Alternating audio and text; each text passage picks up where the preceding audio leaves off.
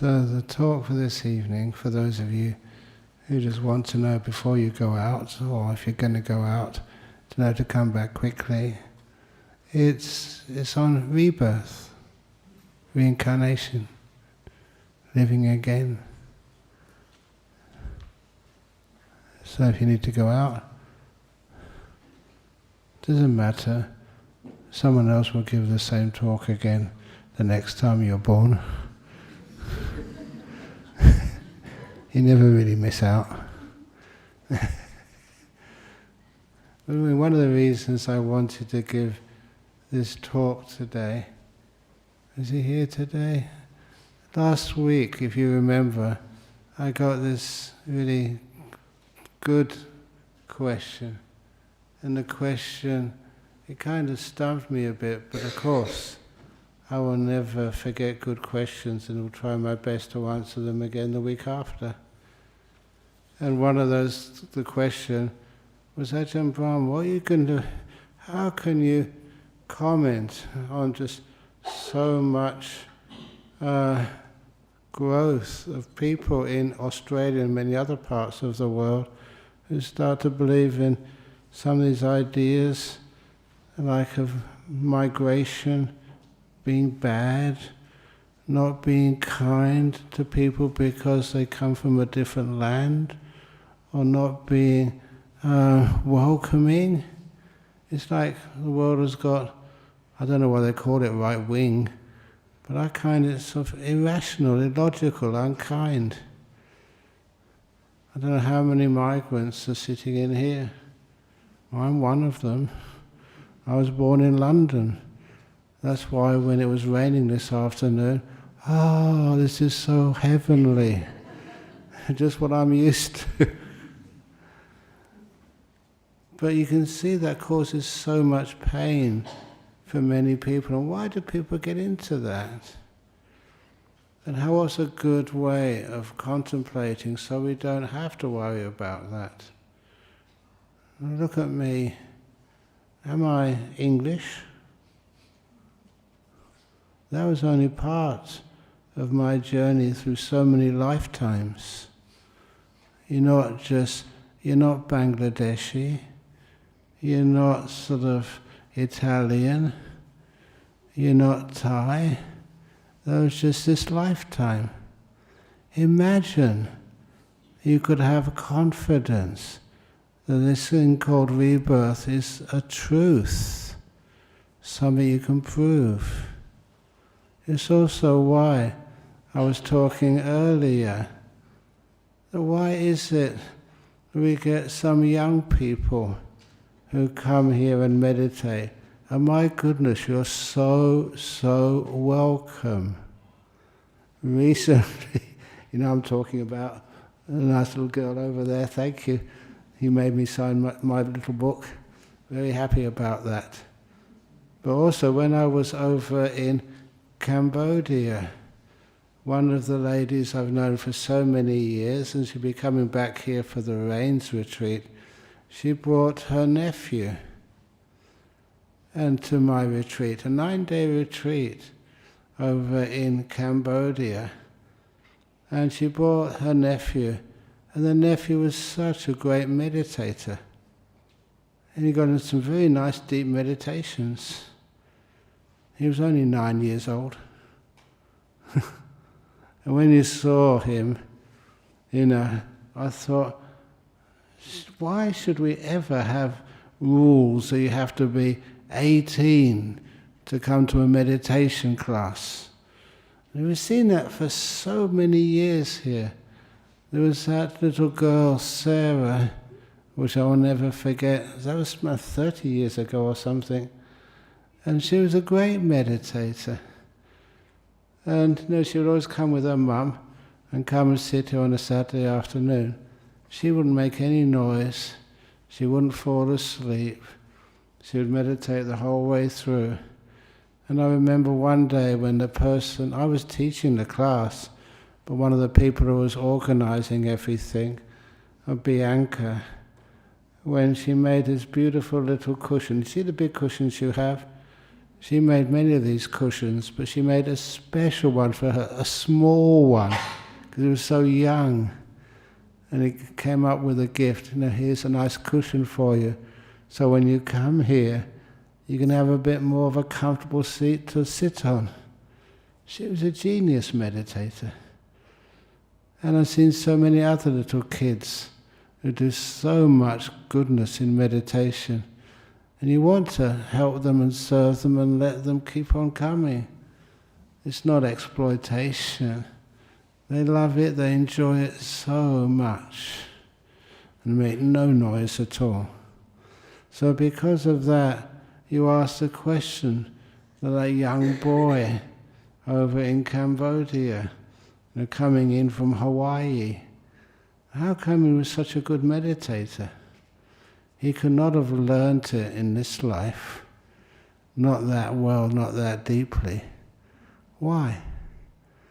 And the idea that this is not the first time they've been meditating comes up.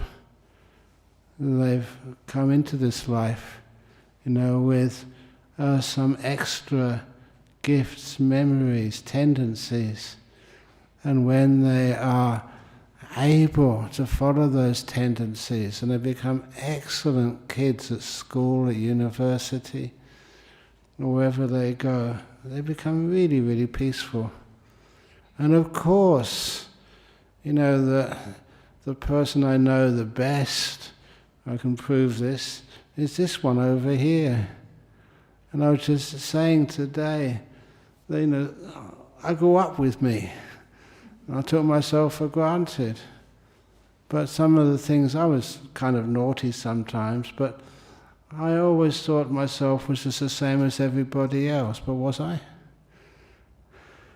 I remember one of my best friends, he told me that, he was really confused by me, not confused, but encouraged by me. Because throughout the whole life we were friends together at secondary school. He said I was one of the only people he knew at that school who never got into fights.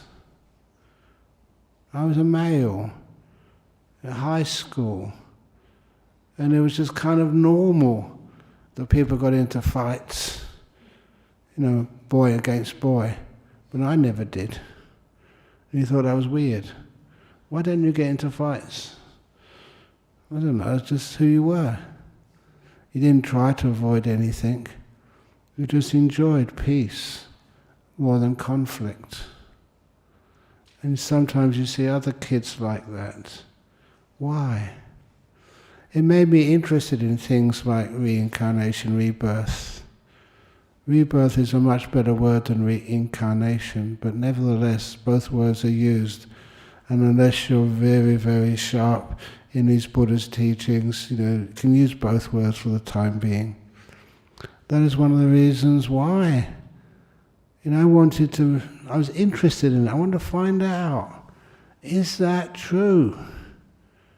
Have you been reborn? If so, why can't you find out? And of course, there is ways to find out.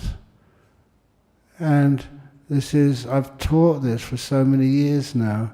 Usually teach it on retreats.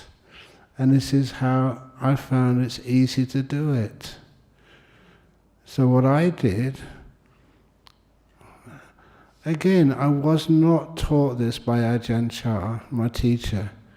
Just one day at Bodhinyana Monastery, just decided, had a nice deep meditation. It's important to have that depth of meditation when the mind gets very, very still. When it gets still, when I came out of the deep meditation, I asked myself the very simple question: what is my earliest memory? And just see what happens. I only asked that question once, and almost immediately afterwards, it was not getting a memory. It's much clearer than a memory. I was back there as a 1 or 2 week old kid It's like reliving that experience. When you were reliving that experience, you were back there, you could see, feel, hear. And also, one of the things which occurred to me was obviously my mother, the biggest person in my life for me as a couple-of-week-old kid. And I recognized her, not how she looked, but how she smelt. It was kind of weird. You were back there like you were just visiting a 2 or 3 week old kid. And I also had the ability, just like a monk, just almost being transported back so many years, and just a little kid in the pram, of being able to explore my home, the pram, actually going under the covers and exploring what was underneath there, and seeing one of my favorite toys. I told this story before. One of my favorite toys was a little blue pig. It was ceramic, not plastic. I don't know if they had plastic in those days. Ceramic with beans in it. And you could shake it and make a noise. You could walk it and it made a noise. And my mother called it Porky. I couldn't speak at the time, but I could laugh like little 2-week-old kids can. And I still remember that to this day. Little Porky, light blue coloured ceramic pig, my favourite toy. And when I said that to many people, I remember one doctor once told me, said, "You just remember how your mother smelt?" I said, "Yes." I didn't recognise her face.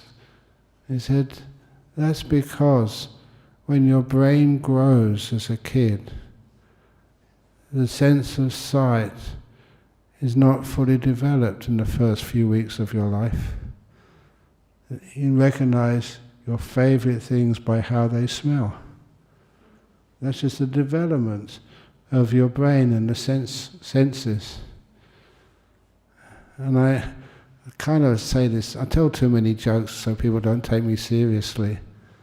But honestly, in those early weeks of a kid's life, if the mother changes her scent, her perfume, you really create havoc. Your kid won't know who you are. They recognize you by how you smell. Just like a dog recognizes your smell. And these are really weird things. One other lady, because when I was explaining others, try the same. If you really want to convince yourself that rebirth is absolute truth, ask yourself, what is my earliest memory? And she had an interesting experience. She did have very good meditation. And she asked, "What's my earliest memory?" And she remembered she was back there breastfeeding from her mummy.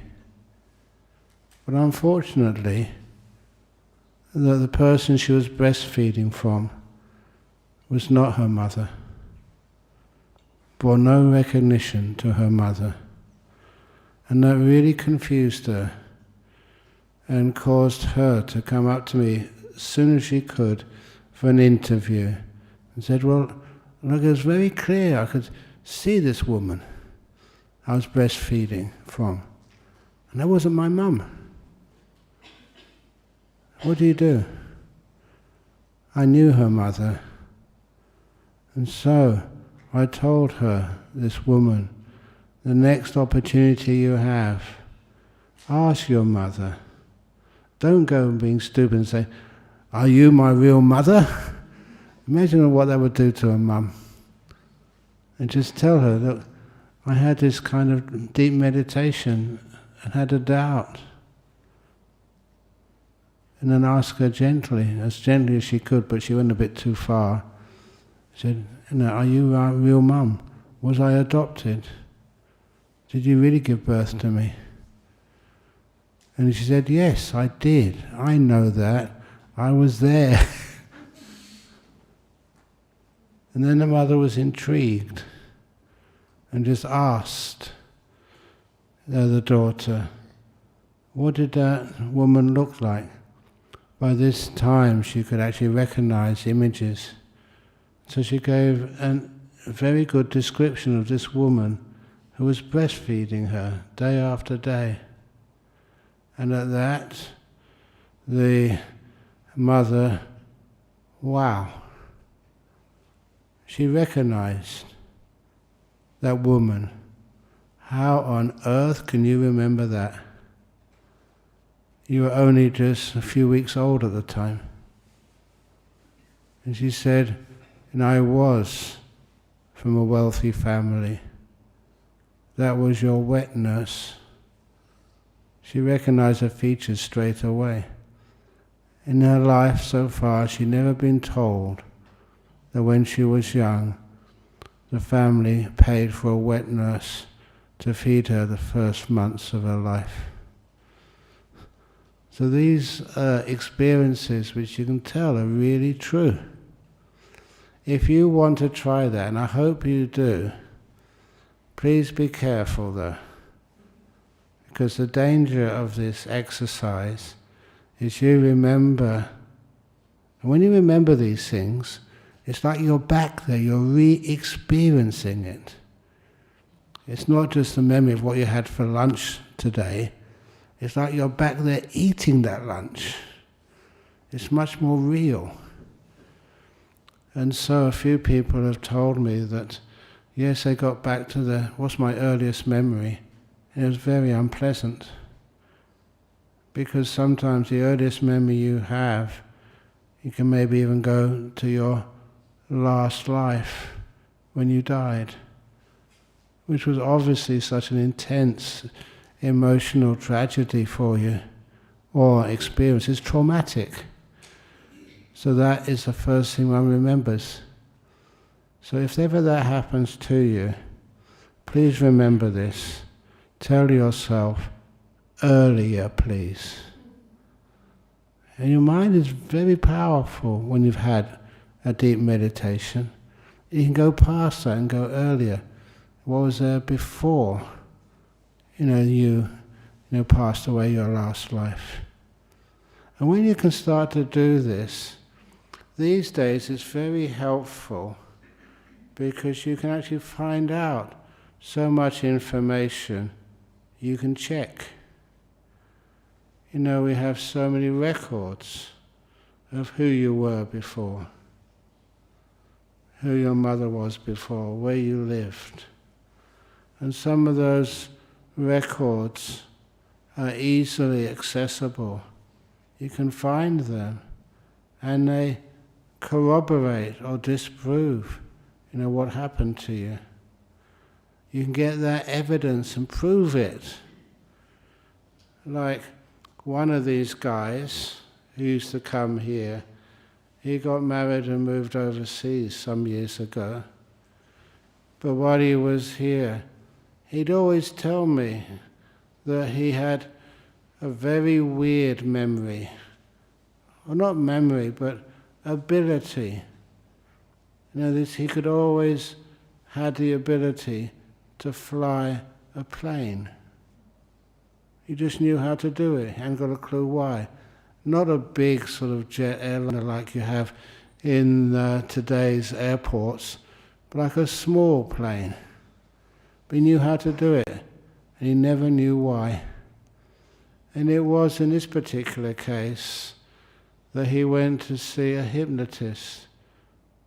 And the hypnotist did hypnotic regression to bring him to a past life. And in that past life, he found out why. He had the ability, even as a kid, born in Scotland, how he could fly aircraft, even though he had no training. And he said it was because in his previous life, Second World War, not in Scotland, but in Wales, he was part of the RAF, and he was not fighting in the war, he was just piloting a supply plane, taking equipment from Wales to Gibraltar. And he said that when he was flying this plane with many crew on it and lots of equipment, the rudder became unviable. And he tried, and when he got down to a certain altitude, he tried to stabilize the plane but failed, and the plane crashed. And as soon as I heard that, the hypnotist in question was good old Dennis. And he told me, and with the subject's permission, I'm surprised I could do this. I went online and checked out, deadly crashes in Gibraltar, Second World War. And it's amazing, I got it straight away. Now usually my internet skills are very, very hopeless. But this one, I got straight away. And I could actually find it, all those details. This new type of plane which they were using as transport did have a faulty rudder system. It didn't work below a certain altitude, and that's exactly what happened to him. But nevertheless, even though he died in that crash, he retained the ability to fly aircraft, and a small aircraft, without any training.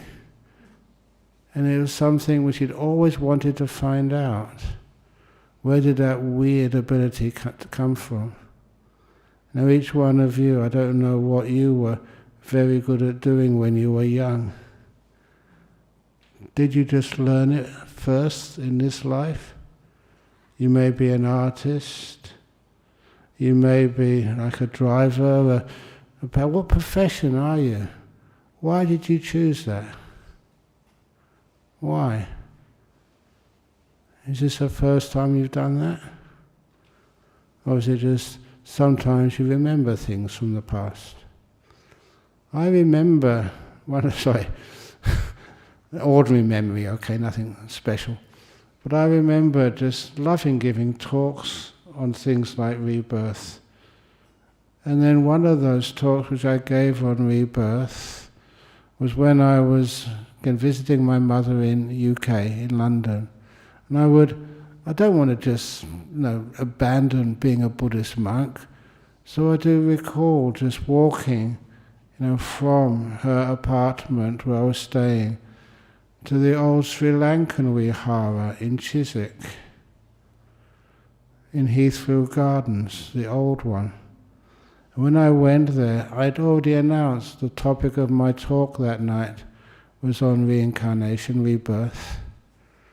And it was well publicized, and the High Commissioner went as well, but not just him. They had afterwards, this boy was introduced to me, and he was one of the cases of spontaneous recollection of his past lives in a professor, what's his name again, a famous researcher? Stevenson, yes, thank you. In his book, I think one of the 9 or 10 cases supportive of the idea of reincarnation. And it's nice being able to actually to talk with the boy himself. He was about 14 or 15 at this time, and he was much younger when he first started saying his mum and dad weren't his real mum and dad. And spontaneous memories, which Stevenson started to look at and investigate. Are they real, or are they just kids who are being a bit psychotic? And I talked with this kid as well. And this kid, one of the first things he said, "This is the worst thing I ever did in my life," to tell about my memories of a previous life. He said the worst result of that was how he was given such a hard time at school. The other kids at school kept on teasing him and making his life hell simply because he was different. That's how schools used to work in those days. There's something slightly different about you, something they can tease you on. They give you such a hard time. And I remember him telling me that personally. I wish I'd have never done that. To me, I gave him that compassion and sympathy, but that also made it more real for me. People don't go around saying the details of their previous life. They don't do that easily. It's only if it really is true and it means something. So because of that, there's so much truth in these stories.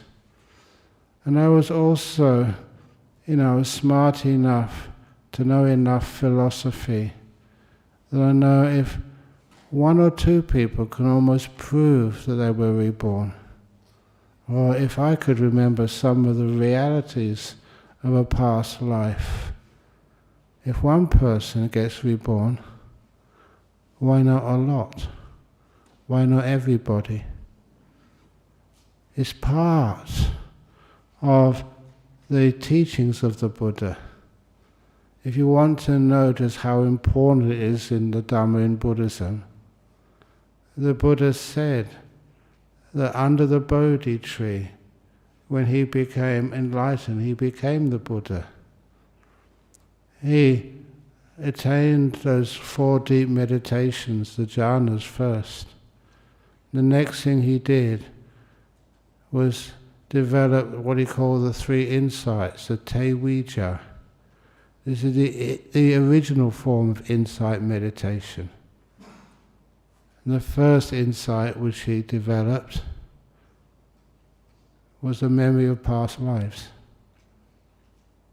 That was the first insight. The second insight was how karma works. Once he could see previous lives, he could understand why he'd been reborn as he was. Do you know why you've been reborn as a girl? Or as a boy? Have you always been a girl? I don't know, good fortune. You can see this little mark I've got on my leg here, on my heel, little blue line. The reason I put that, because I was explaining a story which happened here in Perth. There was a Thai couple, and the first time that she became pregnant, 1 or 2 days before birth, she had an ultrasound. She had a boy, and the boy was perfectly healthy, but still in the womb. And so she was so excited, in a couple of days, she gave birth to the first child, a nice boy. When the waters broke and the birth process started, they realized that the being inside had died. The being was stillborn. It had turned around, the umbilical cord was blocked, and there was not enough blood going to that kid. So when it was born, it was already dead. I was there. I did the funeral service for them. And I still remember this little kid, the first child who almost made it, but not quite. They had a family picture. They tipped up the coffin just with no lid, so you could just see the kid. And they dressed him up as a young boy. And they had all the family members, including me as their monk, in the photo. That's why I remember that so easily. What I never noticed at the time, what they told me afterwards, was once no one was looking, they got a pen and they put a mark on the heel. Can you see that? On my heel? Anyway, I was just doing this to say the size and what they did. Just like I've got on here. I wasn't that kid. I was born over in London. But I said, this is what they did. It was an old Thai tradition. I'm sure it's in many other countries as well. A kid was stillborn, and they put the mark on it. She was a healthy lady. It was just a bit of bad luck. But anyway, she soon became pregnant again. And this time, because doctors, our health system is not that bad. They try their very best. So they gave this woman extra special care to make sure that she's going to have a successful pregnancy. They don't want to have the same accident happen again. And so she did have a successful birth. The first kid was called Charlie. Second kid was called Annie. It was a girl. Were they different beings? No way. Annie had a birthmark on her heel. Exactly like the mark they put on the babies, or the dead babies' heel. She has that mark. And because they were Buddhists, they would always bring Annie here on a Saturday to offer dana. And you saw Annie grow up. And when Annie was young, as a kid, I'm being honest with you, she was a tomboy. She was, she was a girl, but her character was very male. She would fight the other girls and want to hang out with the boys. Because she was a boy before. She still carried some of those character traits from her past until she became 7 or 8, and then she started exhibiting more female qualities. That's one of those lovely true stories. And one of the things I asked you, you know what happens when kind of bad karma happens, and it's unfortunate karma, and it's not really worth losing your life for this. I said it's like when you go to airport. You go to the airport, you get bumped off the plane, a bit of bad luck. What happens if you get bumped off the flight? No fault of yourself. Do you get an upgrade for the next flight? So that's what Annie did. She didn't make it as a male, so she got upgraded in her next birth. Do you understand what I mean? So she became a healthy young lady. But when you see things like that, it gives life more meaning. Instead of always getting sort of negative, or, I'm just a man, I'm a woman. Honestly, what is the difference? Sometimes 0. I often notice that now at my age as a monk, that when a girl is sort of 16, 17, 18, they start acting like a girl. When they get to about 30, their feminine qualities, a lot of them just disappear. 35, 40. Same with guys. After a while, their masculinity becomes almost unseen. Just almost that separation which we have is only for 10 or 20 years, especially if we stop having female hairstyles or female clothes. How we tend to look the same, that differentiation kind of stops. I don't know if you agree with that, but I've often noticed that you're not involved so much in male-female stuff as a monk. But more than that, of all the different races in this world, sometimes when you see old people, they kind of lose those characteristics which distinguish you from being a Bangladeshi or a Malaysian or a Singaporean. What is a Singaporean, for goodness sake? A lot of times, you just can't remember or can't even see, who's the... I already mentioned to you, I think last week, that, what is my race? I'm an Asian. Did you realize that? I told you last week, I'm Asian. Caucasian. And what was a big deal anyway? I spent 9 years in the northeast Thailand, living with other northeastern Thais, call them like Isan people. I loved them. I got to know their culture, got to live their culture, even eat their food, and some of their characteristics, which I loved. The main characteristic with northeast Thai people, they said, if it is not sunuk, it's not worth doing. If it's not sunuk, don't do it. You know what sunuk means? Fun.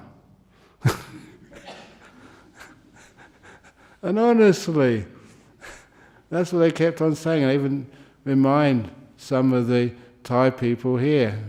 Any Thais or Northeasterners here today? If they're not here today, it's because it's not sunuk.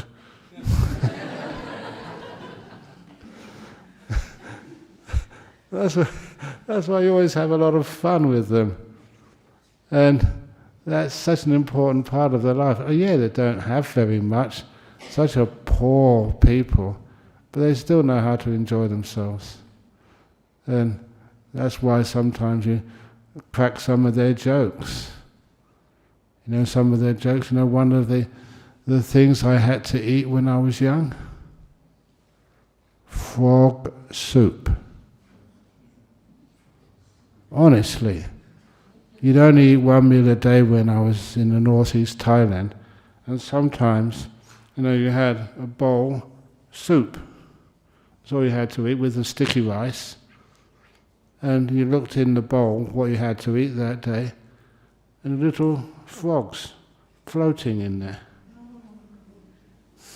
They're just big enough for your spoon. You didn't have any vegetables in there. There's no salt, no chili, no garlic, nothing else, just little frogs like they just jumped in there themselves, and there's no seasoning at all, no bread, just sticky rice and frogs. I'm honest with you. That's the meal for that day.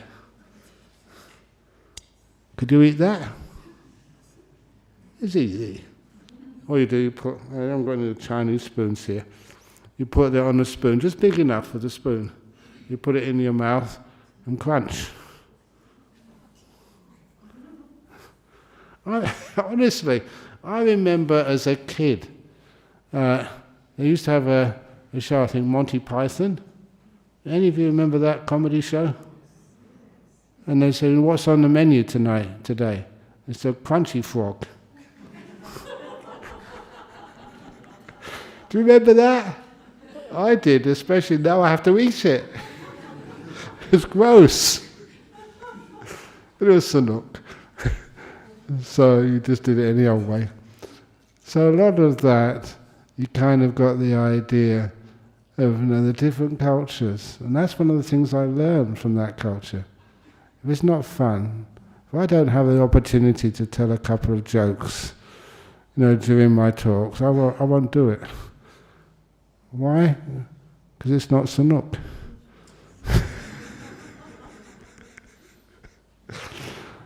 So anyway, that's one of the reasons. Also, I think why so many people come here. Because they find it is Sanuk.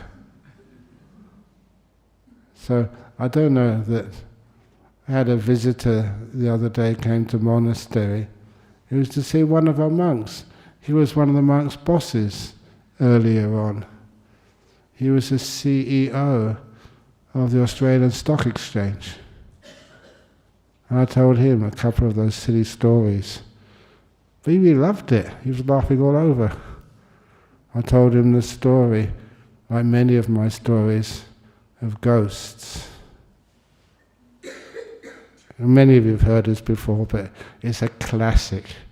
I don't know, when you ever, your favourite music, don't you always hear it many times before you get bored? This is the one about the man who took the shortcut through the cemetery at night to get home. And as he was going through the cemetery, he wasn't scared, he didn't believe in ghosts. But then after getting halfway through the cemetery, he kind of heard this sound behind him. Bump, bump, bump. And he thought, I'm just imagining it, maybe I'm scared. Bump, bump. It was real. And he made a big mistake. His mistake was looking around. What was making that noise? When he looked around, what he saw was just horrendous. What he saw was a coffin. Vertical coffin. Still with the dirt falling off it and the cobwebs all over it. Bump, bump, bump. Following him. And of course, what would you do? He stopped walking. He started running as fast as he could. Doesn't matter how fast he ran. Bump, bump, bump, bump. The coffin was running after him. Imagine being chased by a coffin which was vertical. The gate to the cemetery was not that far away. He kind of thought, assumed, if he gets out of the cemetery, then the coffin won't be able to chase him anymore, because coffins belong in cemeteries.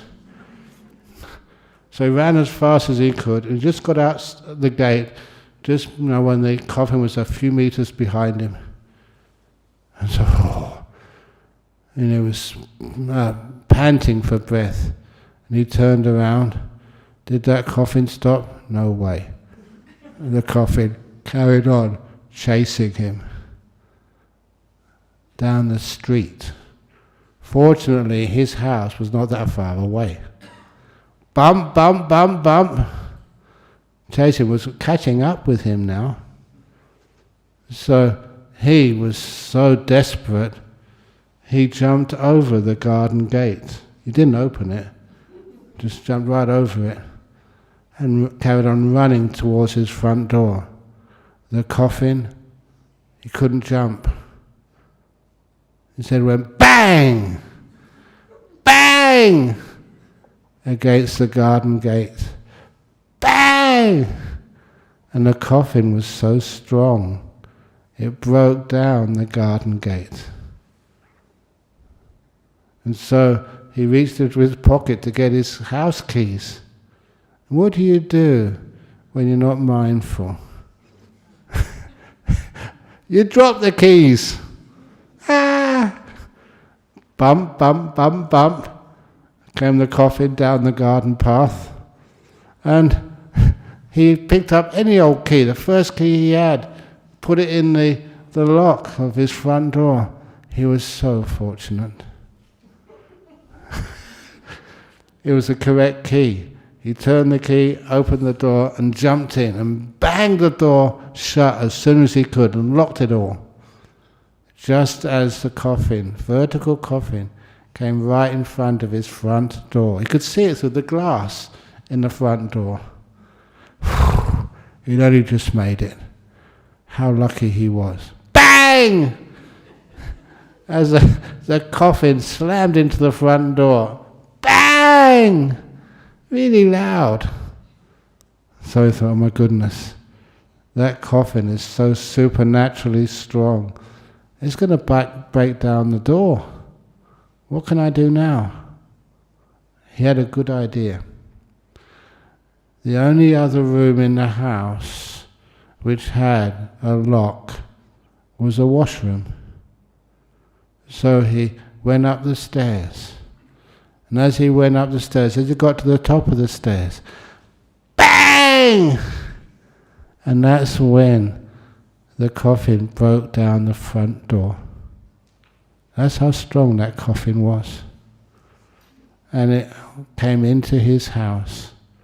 And the coffin looked to the right, looked to the left, couldn't see him. Wow, because he was on top of the stairs. And then the coffin looked up. Oh no!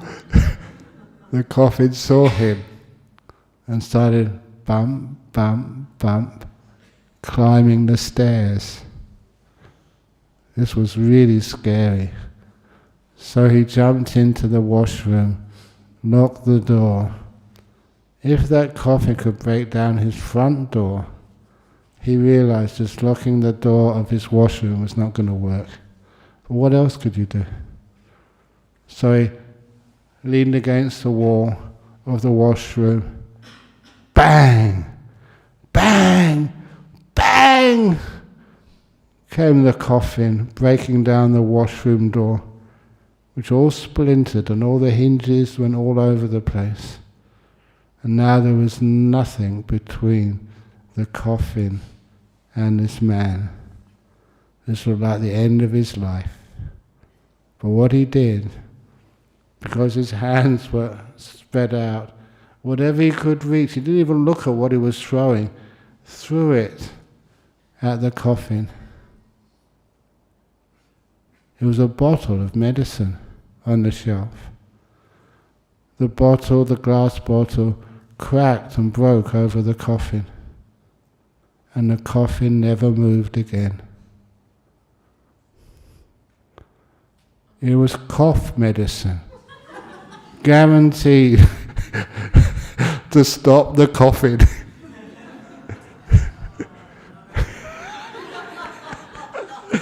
Doesn't that what the pharmacist says? You drink the cough medicine, it stops the coughing. So the former head of Australian Stock Exchange, he appreciated that. He laughed his head off. So that's why Sanuk, even though he was English, but it doesn't matter what race or religion, if it's funny you can't help but laughing. So that's how we create harmony in this world. Whatever we do, make it Sanuk. Thank you for listening. Now, any questions? Sadhu, sadhu, sadhu.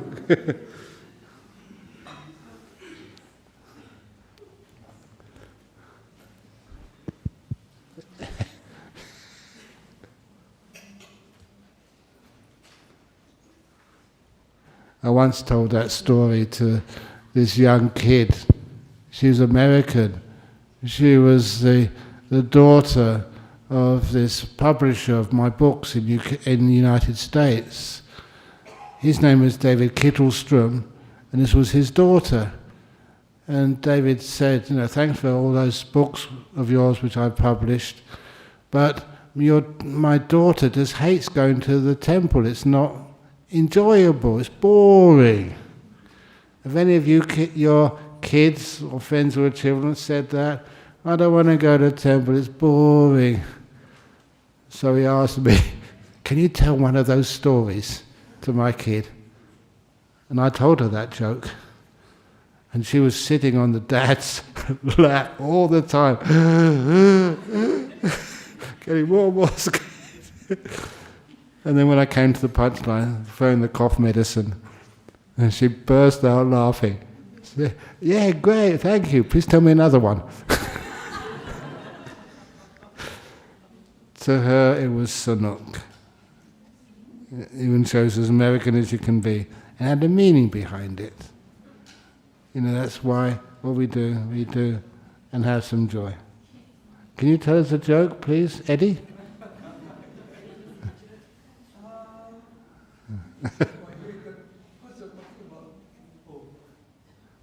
Ajahn, Is it a good joke or a bad joke? can I have a question, Ajahn? Sorry? Question? Where? Hi, Ajahn. Thank you so much. Okay. Yeah. Can I have a question? Yeah, Oh, yes. thanks. Hi, Ajahn. Thank you very much for your insightful talk on rebirth today. I would like to ask a question about rebirth and spirituality. Yes, good. Well, I knew a person who claimed himself as a spiritual person.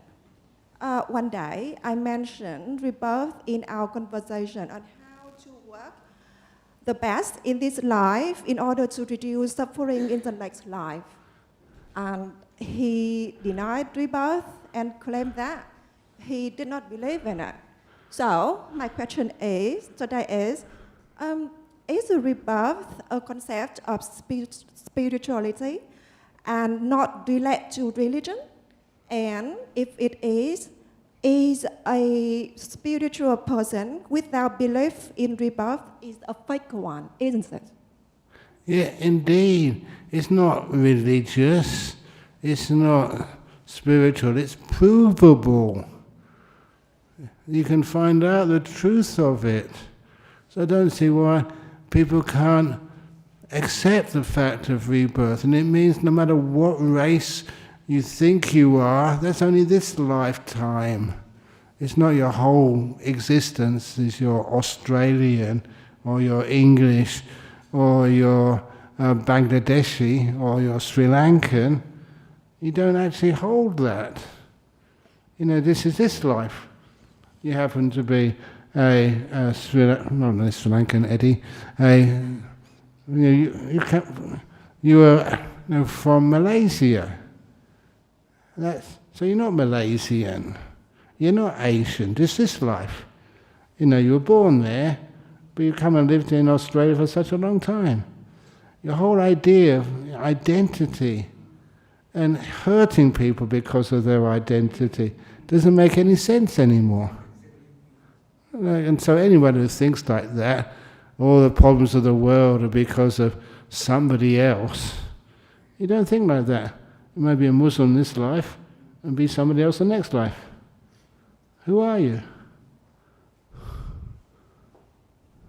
You may be a girl this life, a boy last life, maybe non-binary next life. Who are you really? None of those. You're learning from the experience of being so many different races, so many different genders, so many different people. And the more you can remember those cases, then the more you don't see there's really anything which divides us. Imagine when we're not divided, and we trust each other, we can love each other. And it's wonderful when I see people marrying each other from totally different sort of races. Why not? We have many more, who are you? No one really knows. Hi. Hello. Hi. You were just come and visit. You're a Buddhist teacher from Bangladesh. Who has the microphone? Okay, yes, working, apparently. Yes. You've got to speak into it. No, it's not working. Go on. Yeah, there we go. Okay. My name is Nantu Borua from Bangladesh. Yeah. I'm sorry, actually my English is not good, but I will try to explain to you. We calling you Ajahn Brahm. Yeah. We know long time in Bangladesh. I like you like my idol. I follow you a long time.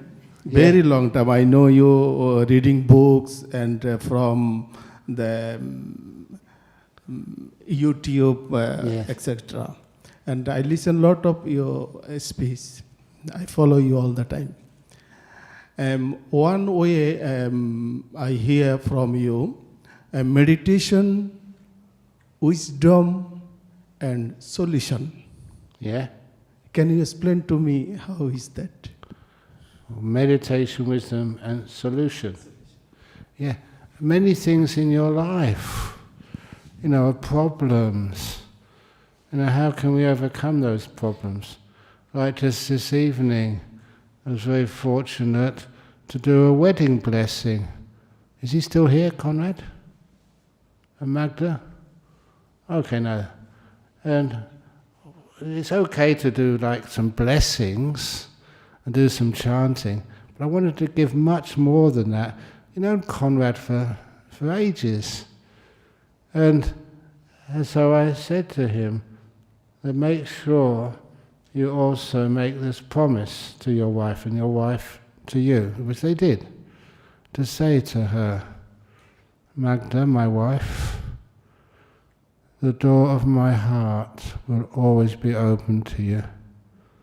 No matter what you do, you're my wife. I may argue with you, but I will always make up with you. Always. And I said to him also, make sure you say that, or you hear that from your wife. You say the door of my heart is open to you. And the kind of forgiveness.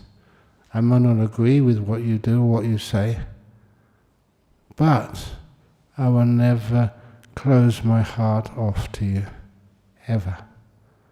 Because that's, I remember what my father told me. And it meant so much. Son, whether you turn out to be a good boy or a bad boy, the door of my heart will always be open to you.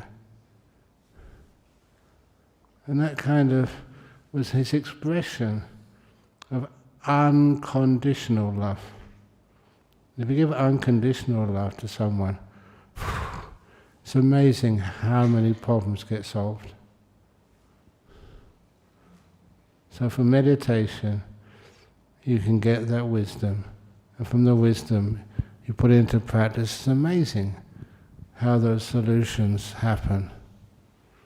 And it's not just that, it's your health as well. One of the nuns said, Ajahn Brahm, you should look after your health. I said, I am. I said, no, you're not. And I said, yes, I am. I use a lot of meditation to understand the health of my body. And if there's any need for a solution, it's amazing just how the meditation can work and give me solutions which basically other people don't have. Just through the powers of meditation. I use that as a cure for almost everything.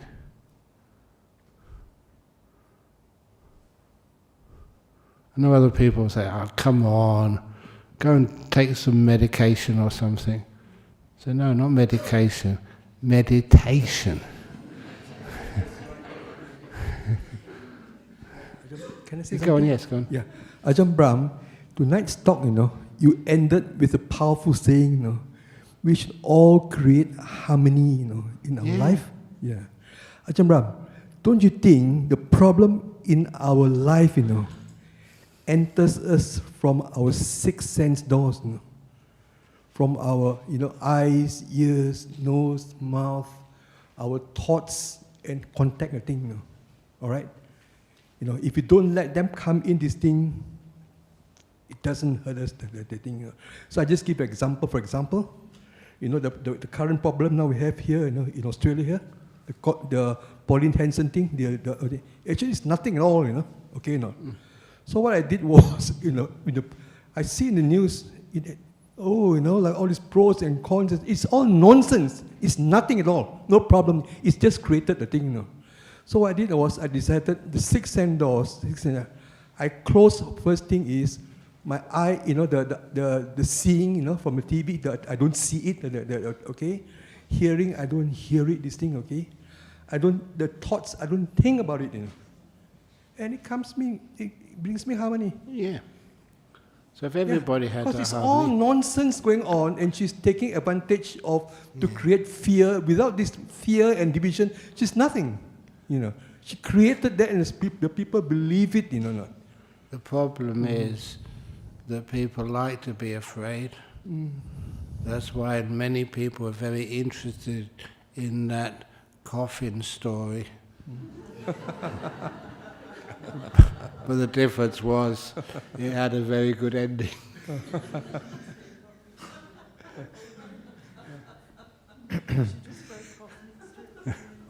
I have a question. Excellent. Yeah. Thank you for the talk. It's a wonderful talk. I had a personal experience with. I'm a musician. I play many instruments, which have taken me many years to learn. But one instrument I instantly knew how to play, and people would always say that must be from some past life experience. I have no idea, but that was just a personal experience I had. But my question is in relation to the division that seems to be getting exacerbated in the community globally with politics. What do you think is the best way to communicate with people who are getting fooled by this divide and rule technique that the oligarchs use, to help them to understand that all of us in the same economic bracket, regardless of our colour of skin or sexuality or whatever, we're not each other's enemy. Our only enemy is the people that are running off with all the money and all the power and oppressing us. How's the best way to communicate that to people, to help them to understand that? Have more videos of BSWA talks and the audience who comes, and just even recently I was told that even Ajahn Brahm was on the TV in Poland giving a talk. And it's wonderful that when we can actually share our wisdom together. They didn't say how it went yet. To share our wisdom together, and how wonderful it is, to have friends from so many different backgrounds. Do you just like one type of food? Or you would like to go and eat some Polish food? When was the last time you had a Polish diet? Or what about a German diet? What did you say you like? Potatoes with their skins on them. Yeah?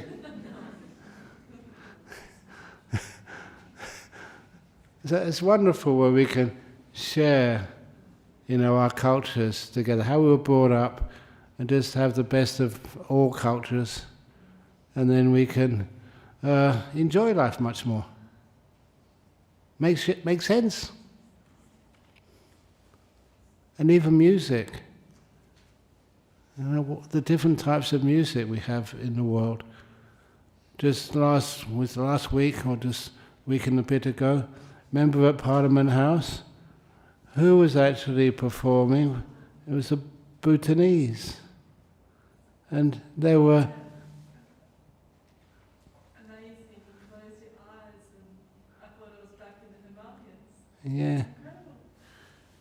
The Bhutanese are incredibly skillful, and they were playing this guitar, not really a guitar, but it's one of their traditional instruments. They played it so well, it's so sweet.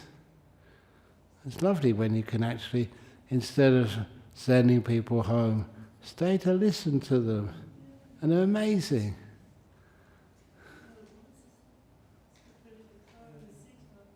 Yeah. Yeah, go on. Ajahn Brahm, my late father passed away 2 years ago. So my niece actually see his spirit in the house where he used to live for all his life. So my question is, if we believe in rebirth, So what can we do to help him to get into reincarnation, to rebirth, so that he's not in that state at the moment? You seen him? My niece saw him a couple of times. Was he healthy Healthy. or happy? Yes. If he's happy, he's having a good time there. Let him stay. But later on, he gets to the point, okay, I've been here long enough now, and then he can leave. So my question would be, if we believe in rebirth, is rebirth an instantaneous thing? Somebody passed away, the next moment he moved on? No. Sometimes they stick around for a while. Remember, many of the traditions say 49 days. And that happened. I remember this lady, I knew her family.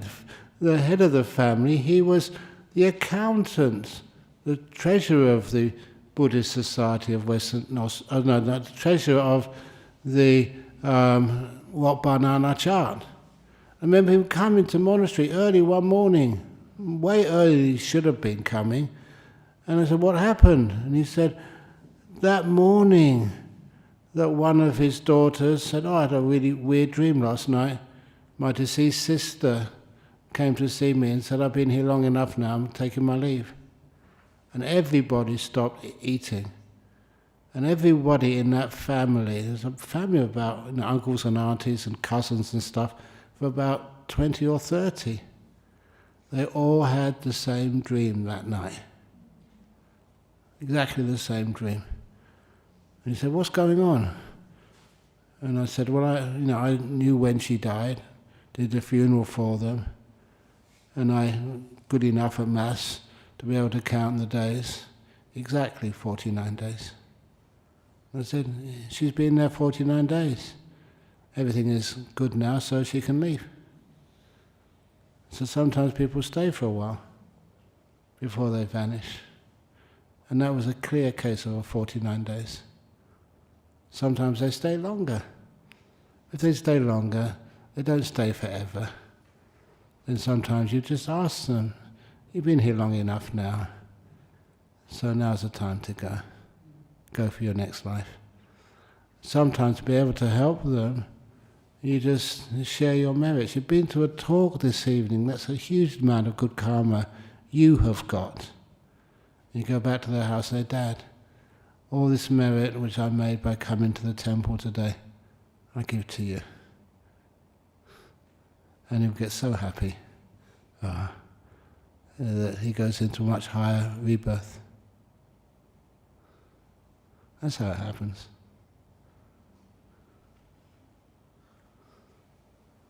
I got some ones on the internet. Okay, come on.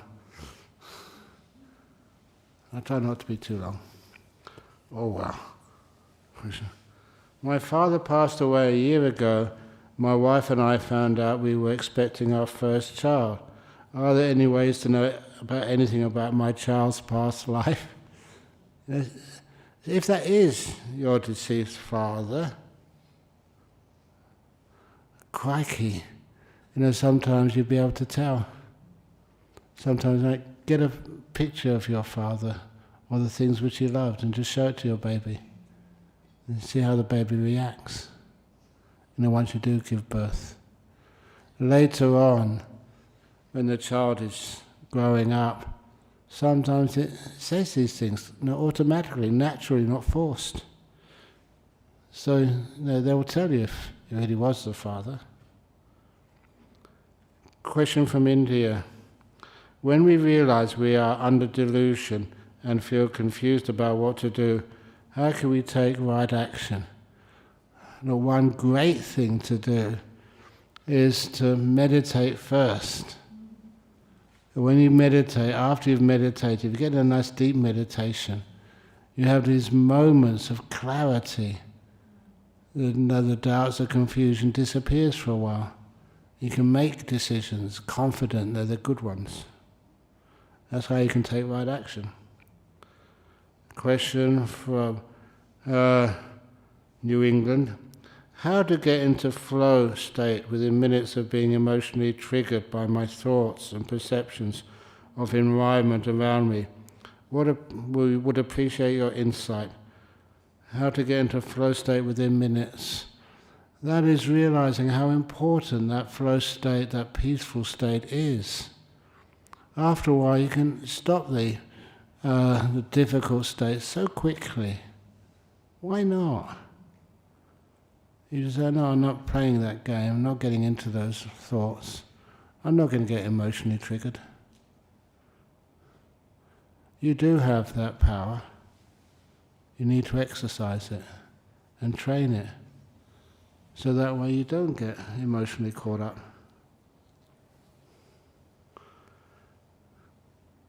Can you be honest, Venerable? Do I get triggered by my thoughts and perceptions of environment around me? Am I triggered by the emotions around me? Rarely. Thank you. So I'm saying that because it is possible. You know it is possible, you don't have to just give in to them. So I'm going to make a more peaceful life for myself and for all the other ones who live with me. From Bolivia, what is Sila and how to be perfect? Previously, Ajahn Brahm said the answer was forgiveness. But what about refraining from wrongdoing, acknowledging mistakes and learning from mistakes? Which one is the most important? The most important one is both of them. I can never sort of negate or lessen the idea of forgiveness. It's giving forgiveness, and if you have done something wrong, asking for forgiveness. But it's also, that's one of the best ways of acknowledging mistakes and learning from mistakes. If we don't have forgiveness, we tend to hide mistakes. Oh, I didn't do that. Oh, I never said that. And that means you're not learning, you're not growing. One of the most important things is actually to know that how to be perfect. Don't try and be perfect. Try to be better. Perfect is just too high. Be a better human being. And lastly, from one of my favourite cities, Medan in Indonesia. How can one reduce overthinking in order to communicate with total listening? Thank you.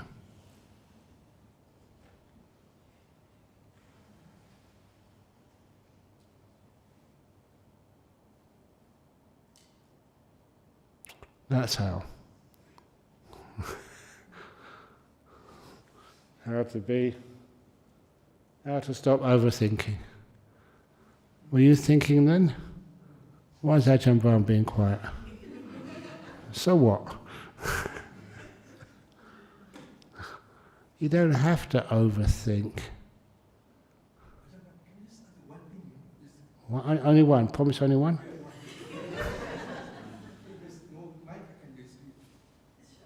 Mike, I'll shout it, yeah. I got it. Yeah. Sorry, Ajahn Brahm. Just now you said that we have power in ourselves, isn't it? Of course. Yeah, power, the thing, okay now. So for example, this thing, like the lady was saying, he see the sister, sees what you know, the deceased person in the house, you know. Sometimes these deceased people, they need help, you know.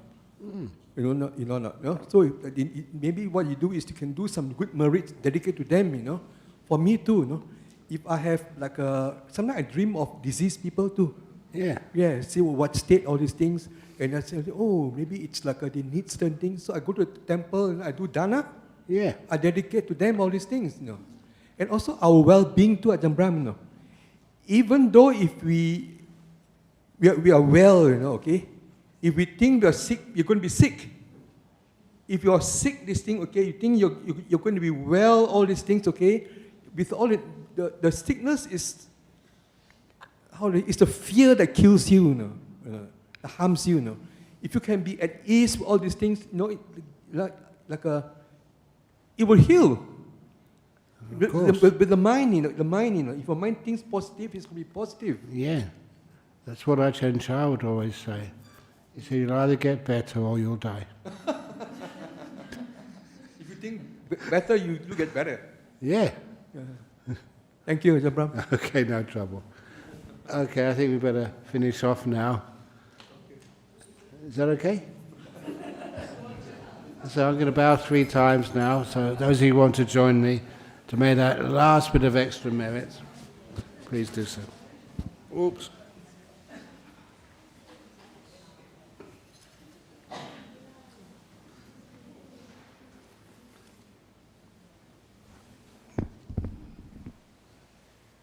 Arahant Samma Sambuddho Bhagava Buddhang Bhagavantam Abhivademi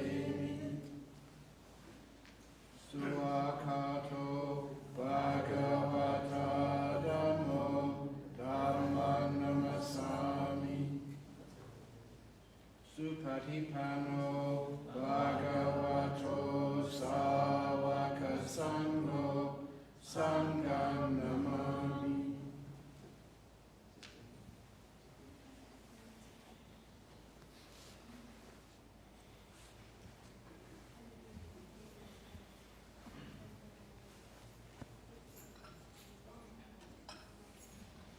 Thank you for your patience.